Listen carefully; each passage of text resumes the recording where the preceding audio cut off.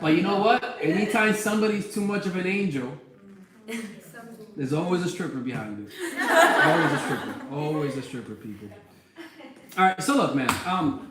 Let's begin this again. So, you see, a lot of the things that I teach, to some people sounds incredible, but a lot of people who teach this kind of stuff try to make their content sound very out of this world, very like new and stuff like that.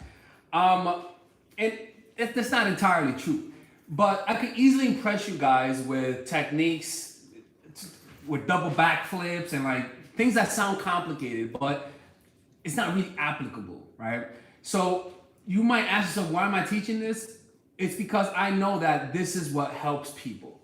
I could talk about other things that sounds cool and pleasing to the ear, and then you guys, oh wow, that is so profound, right? I could easily do that, but it's only momentary and it doesn't have any productive effects long term. My main goal is to give you something that you guys can go home today and use. And unfortunately, it's usually the simple things. Simple things, but the problem is that, like I said earlier, when something looks simple, it doesn't look useful because it's too simple. We want something that's grand, that will produce an instant result. That's a lie, and anybody who tells you it's a lie.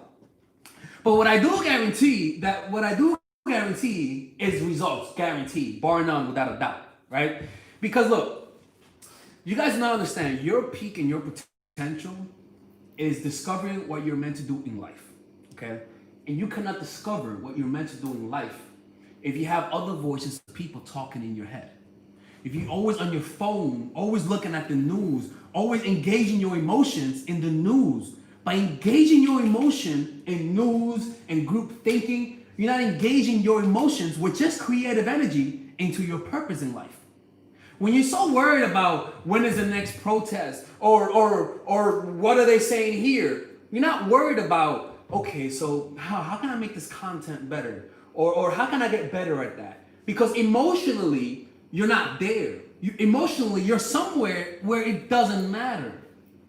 And that's what these distractions do. They take you away from using those emotions for creative energy, and it puts you in a state of just distraction, of little dopamine boosts from time to time, and you think you're winning, but you're not.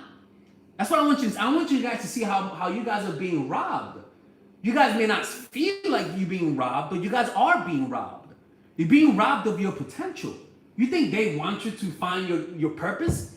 You think they want you to not look at their content? You better watch my channel. This is the only exception, okay? Stay distracted, not distracted, but that's the only exception, right? But what I'm trying to tell you is that they want you in the screens. They don't want you in reality. And every discovery that has ever been made came from a mind that was not distracted.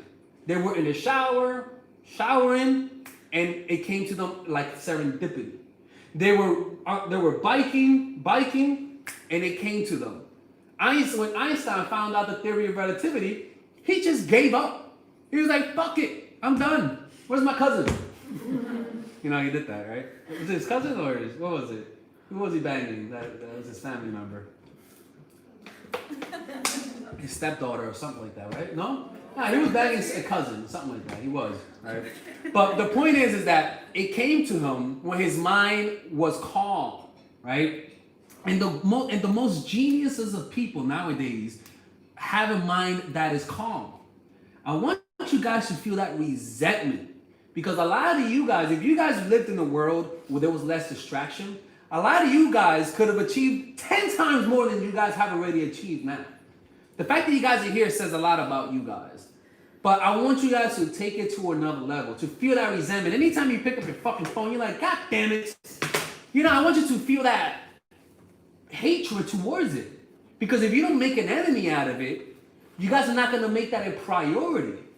Everything will come from that. It's very rare that like for example, it's like when you meet somebody who's not on social media, their life is just different. People who are not on social media, their life is different. Undeniably. They're happier. I could book it that they're happier than all of us. It's just how it is. It takes away our happiness and peace when we're on this. It sounds like I'm preaching, but I'm gonna continue talking about this, but I need you guys to feel that desire so that when I present to you guys what I'm about to tell you again, you guys take it with more enthusiasm. Not as, oh, why? Now I told you guys why. You know? It's just how it is, man. I do notice when I'm not on social media, I feel less anxious. And everybody could attest to that. Imagine taking a pill that makes you anxious consciously. That's what we're doing. We got to make an effort where, at least for the first hour of the day as an exercise, not use your phone. First 1 hour a day to not use your phone consciously. Where you do something else consciously. Or 1 day a week where you don't use your phone for half of the day. You know, you gotta, if you have kids, you gotta adjust, you know? But making an effort to live in the 90s, quote unquote. That's what I call it, living in the 90s. Just so that you can feel that. Because once you feel that peace, you'll be more prone to gravitate towards it more consciously. You know what I'm saying? Does that make sense? Okay, good. I'm a slow starter. I hate starting so slow. All right. Any questions? Okay. So, the second kind of meditation, we talked about not trying to feel better, which, by the way, you guys can record this on your phone if you guys want to. Okay? I mean, you guys already are. I am. We just didn't tell you. You record the Zoom meeting? I'm recording the Zoom meeting, yeah. I don't know how it's done. You can tell me how it's done. Record the actual session as a thing, and then it will, once you exit out, it just saves it as an MP4 computer. All right, let's hope it happens. Okay. Do other people can save it? Oh yeah, other people can save it. Okay. Well, I'll send you guys this. So the next meditation we're gonna do, right? After, don't try to feel better. Look, I gave you guys that meditation, and you guys want to say, "Oh, it's nice," but trust me, you guys are not gonna do it if you guys really don't put it in your calendar to do it.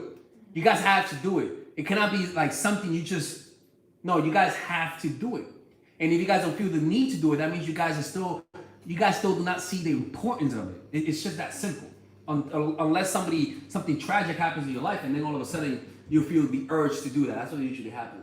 It's either something bad happens and you do it, or you have so many good things that happen that you feel rotten inside. Nothing makes you happier anymore. You know, too much good and too much bad, same shit.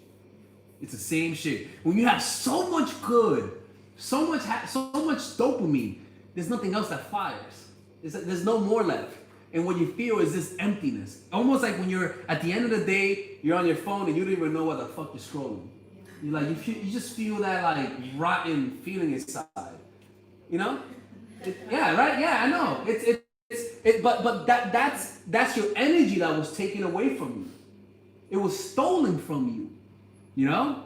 And we don't see it as that because you guys are not as crazy as me that thinks about these kind of things. You know, like I think about these kind of things. I'm always like observing these little simple things that people overlook. But that's what happens, right? And I don't want that from you guys, because if you do that, you become more needy. You chase the guy more. You're more reactive. You don't apply what I teach you, because by doing this, you're controlling your emotions. So when the moment comes when you're talking to the guy and he flakes on you, you are able to control your emotions when you don't react to him, because you've been training yourself in different areas. You see what I'm saying? It's like a football player who plays football and then plays basketball. Yeah, his athleticism is going to transfer over to basketball. So he's going to be able to jump and do crazy shit. So the same thing, by you running towards the pain, towards your procrastination, attacking, asking yourself, am I repressing right now? And attacking those little moments of repression. When the moment comes when somebody hurts you or a guy dumps you, you'll notice that you have this newfound strength inadvertently. Does that make sense? Yeah. I wish you guys came to my last seminar. We talked about death. Yeah, I can do that. Remember that one? Yeah, that was really good. And what's funny is that in that seminar, I said, imagine what would happen if the world all of a sudden is empty. Imagine what would happen if you see the streets completely empty. Visualize what would happen if the streets were empty. God damn, it happened. Yeah, it happened, and it's like not perfect timing, because I don't. But it's like it's an example of what I was talking about, that these things will happen. But that's for a whole nother day, right? So let's talk about body awareness. That's the next form of meditation, right? Usually your awareness is in your head, in your mind, right? What happens when you give your mind energy? It produces more thoughts. The more thoughts your mind produces, the less you are in the moment. That's why as a child, excuse me, I don't think you guys noticed when you were a kid and you were conscious of being aware of your existence, but you weren't able to produce conscious thoughts. Before you had the ability to talk and think with language, for some reason you were still a kid, you were still able to think in your own weird way. You know what I'm saying? And as a result, the way that you experienced life was that your senses were more alive. Your touch, your taste, it was just more alive. So as a result, when I lost my train of thought, one second, let it come to me. I'm like praying. Well, help me out, people. Huh? Okay, yeah. Right? So they don't have a lot of conscious thinking. So the next thing that happens is that because there's not a lot of conscious thinking, they feel their senses more. They're able to connect with their environment a lot more. They're able to sort of like, how can I say, enjoy their environments a lot more. So the more you use your mind, the more you think in your head, the more you give that thought energy, you'll notice that you're not aware of your environment as much. It's almost like when we used to have televisions, all of us, well, we still do, but when we were so focused on TV that somebody could walk in front of us and we don't even notice them. Yeah, that's happened before, right? You're so not in reality. God damn, that could have been a tiger, right? Like think about it. Like somebody literally walks by you, and you're so focused on TV that you're not even aware that somebody walked by you. You're not even aware that you have a body because you're so aware, you're so focused, and you're so distracted, right? The body anchors you to the present moment. The body will remove the attention and energy that you give to your mind, and it'll animate it in your body. You'll notice that your body becomes more alive. By feeling the energy in your body, you automatically strip away energy from the mind, which stops feeding it, and it stops creating compulsive thinking. The less compulsive thinking you have, the more space you have to take in life itself. I don't know if this is going to make sense. Do you think that alcohol and drugs takes away from that because your mind has been influenced by something that's... So whatever is going on right now, if I was drunk or tipsy right now, I wouldn't really be aware fully because my mind has been affected by something. Or do you think that it enhances it? No, it doesn't. It doesn't enhance it. I mean, people say weed, which I don't meditate with weed, but some people do. But what you see, you're more distracted when you have alcohol.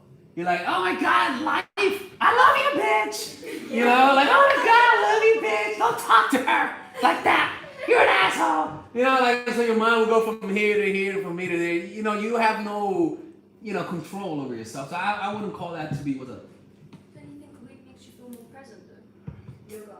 It depends on the person. Me, it makes me feel more, I want to just watch cartoons or everyone's different, I think that weed is the exception, but not for everybody. Yeah. Mm-hmm. All right. So what was I saying? Okay. So let's try this meditation, okay? And this is actually one of my favorite meditations, okay? And we're going to do an exercise, and I'm going to test you guys. All right? So I'm going to be reminding you of this, and you'll notice what I'm talking about when I say you're going to forget. Because all you motherfuckers are going to forget. Okay? All you guys are going to forget. All right? So look, close your eyes, okay? And put your hand up like this. Put your hand up like that. All right? Put your hand up in front of your heart. Just, levitate it. Okay? Okay. And ask yourself, how do I know that my hand is there? How would you know that your hand was there? By the simple sensation. Just notice how it feels to know that your hand is there. Not by a visual image, but by the sensation.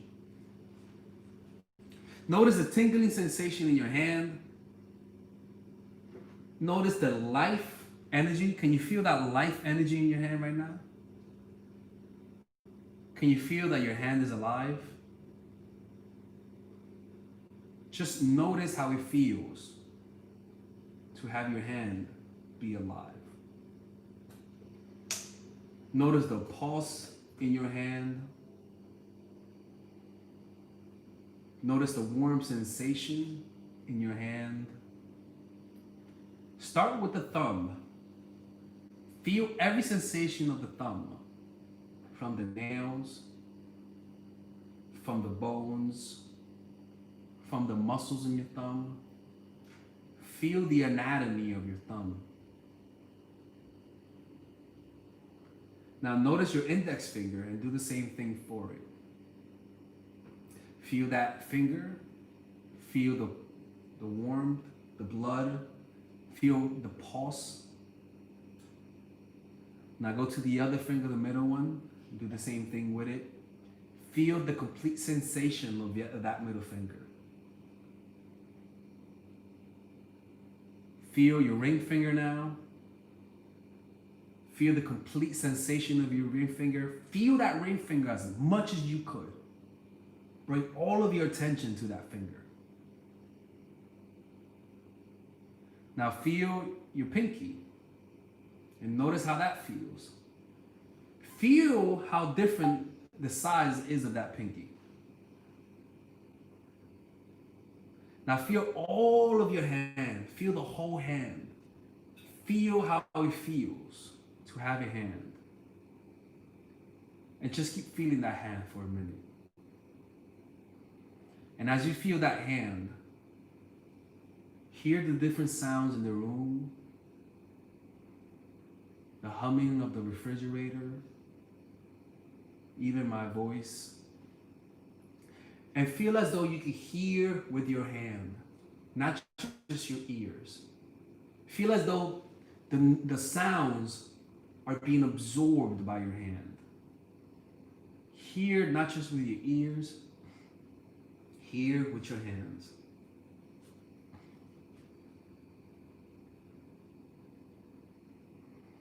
Notice your breath as you feel your hand. Notice the in and out of your breath as you feel your hand. Make the hand the sole focus of this meditation.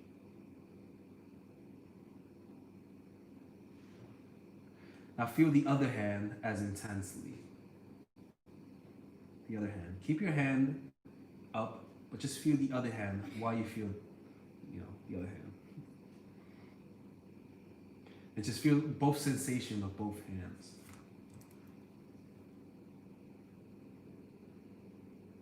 And just stay there.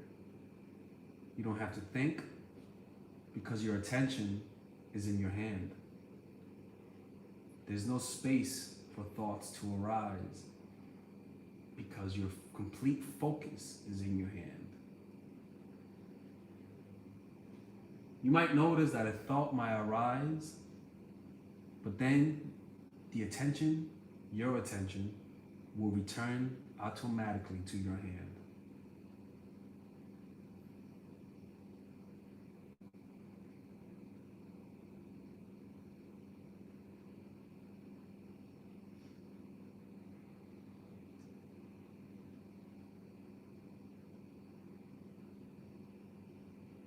Okay. Now open your eyes, right? Now, keep that feeling in your hand as you listen to me. And don't forget, because I will remind you. And I'm going to show you an example of what I mean that you just forget. All right? And you'll notice that as you feel your hand, it's almost like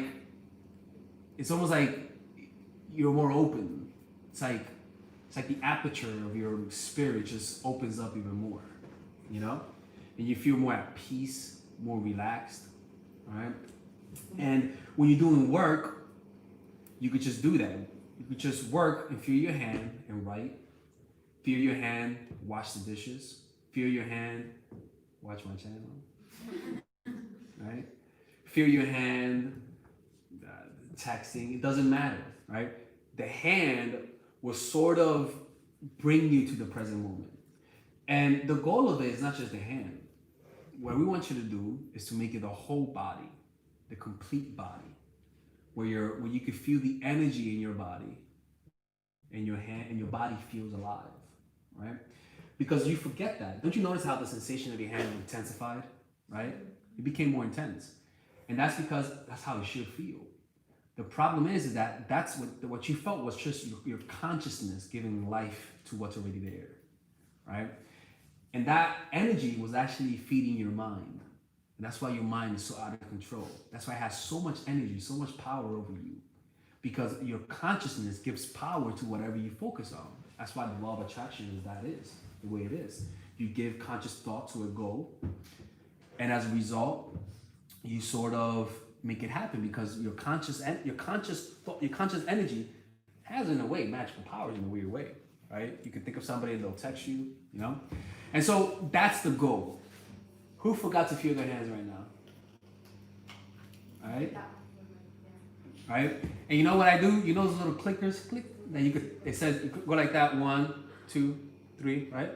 Right? They have it in English here, right? They have it in bars.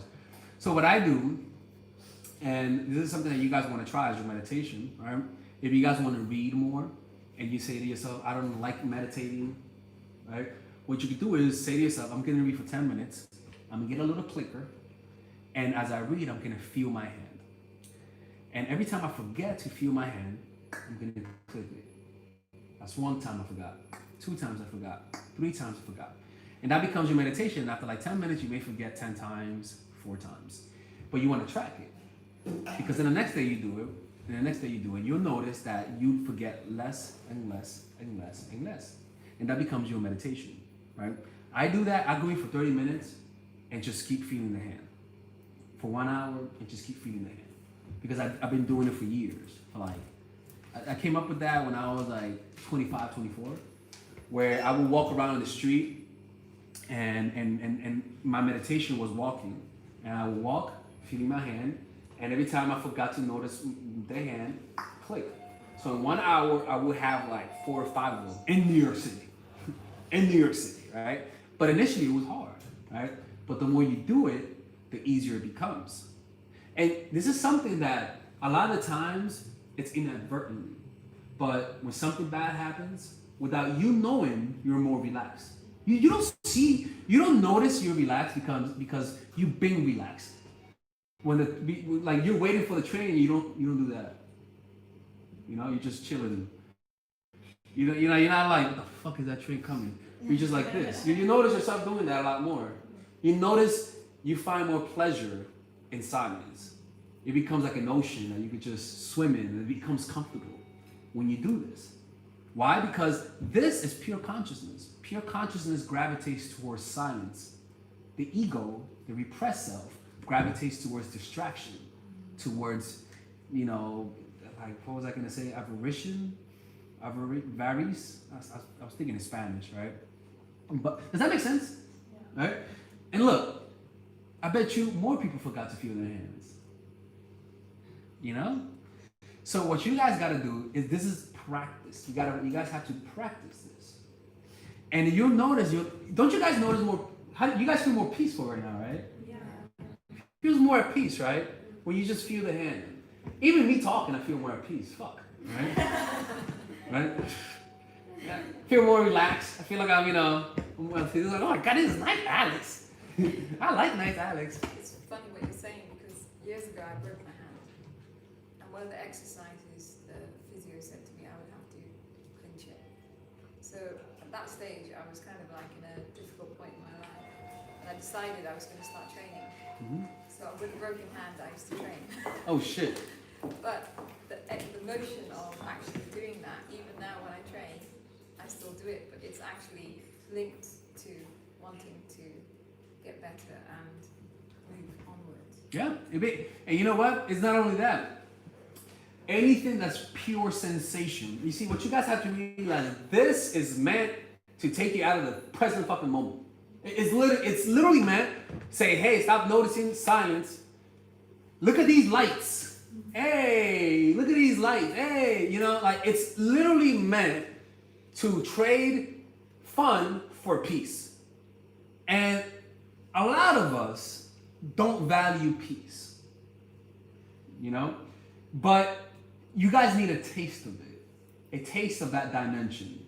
Because a lot of people have never felt peace. They've only felt happy. You know? Happiness is not peace. Happiness is just the opposite of being unhappy. Peace has its own dimension, its own place in and of itself, right? So that's the first meditation. And that's actually one of my favorite ones, right next to not trying to feel better, feeling the hand meditation. And I'm gonna send you guys an audio, that too, for free. I usually it's part of the course, but I'm gonna send it to you guys because I want to help you guys. And it has a walking meditation. It has the visualization to change your behavior, right? So after this seminar, you guys are gonna have homework. Okay? So Professor Alex has homework for you guys. All right? So don't just. You mentioned in your videos about even being on a date to feel your hand. Mm-hmm. So it takes you out of your head. Yeah. When they don't look at their photos, feel your hand. Under the table. Under the table, put your hands in. What? What's that? What? Under the table, put your hands in. Just put your hands in, and every time you get nervous, I'm just like, feel your hands. Well, it does work though when you feel nervous, even when you're like, God damn, this person catfished me. You just relax and deal with the. No, get the fuck out. Run. Don't go on dates when they don't look at the photo. Go home, okay? Send them back home. That's what I do. Now I'm not that mean. Look, when it's crazy, when it's a dude, I'm like, dude, come on, bro. Come on, bro. Shut the fuck up, bro. Like that happened once in Mexico, actually. Yeah, that's not a joke. So the whole idea of feeling the hand is being in a moment and being in present. Exactly. Because when you're working, when you have a project, you cannot come up with good ideas. Your mind does not create good ideas when it's always working. It produces less quality thoughts, actually. The more it thinks, the less quality the thoughts are, the less quality the ideas are. So you got to learn to control your mind. It's almost like training a dog. You know, a dog is a good dog when it's not trained, but a dog becomes more disciplined and an even better pet when you train it. This is training your mind so that when it's time to be creative, you pick it up, and when it's time to be at peace, you put it down. You know, when it's time to strategize, you pick it up, and now it's fresh. It's like it just woke up. You know how they say when you're in the morning, your thoughts are more creative? It's because you've been at fucking peace for like 8 hours. You know? So of course you're gonna be more creative. You're gonna have more serendipity. You know, serendipity is when you're learning so many different things, and because when you're learning things, your brain is always making new connections. You know, you're learning art, and then you're learning chemistry, as an example. Your brain is gonna find a connection between art and chemistry. It's just how it is. You know, it's like religion. When you see back then when there was a plague, they linked it to the gods. You know, your brain is gonna find a connection. It needs to make connections. So those thoughts, those connections, sometimes, a lot of the times they never come up, but sometimes the connection could be so strong that it comes out, almost like a whale coming out of the ocean, right? But because our minds are so distracted, it's almost like when it goes like this, because our minds are so distracted, the sea level is so much higher that it really goes like that, so you never see it. By relaxing the mind, you lower that threshold where now more ideas come up. It's already happening in your mind, but that you're not opening the door per se, so that it can come up to you. Does that make sense? And what's up? In terms of, like, for example, if you're waking with those negative thoughts, how do you break the pattern? You break the pattern by doing that, what I just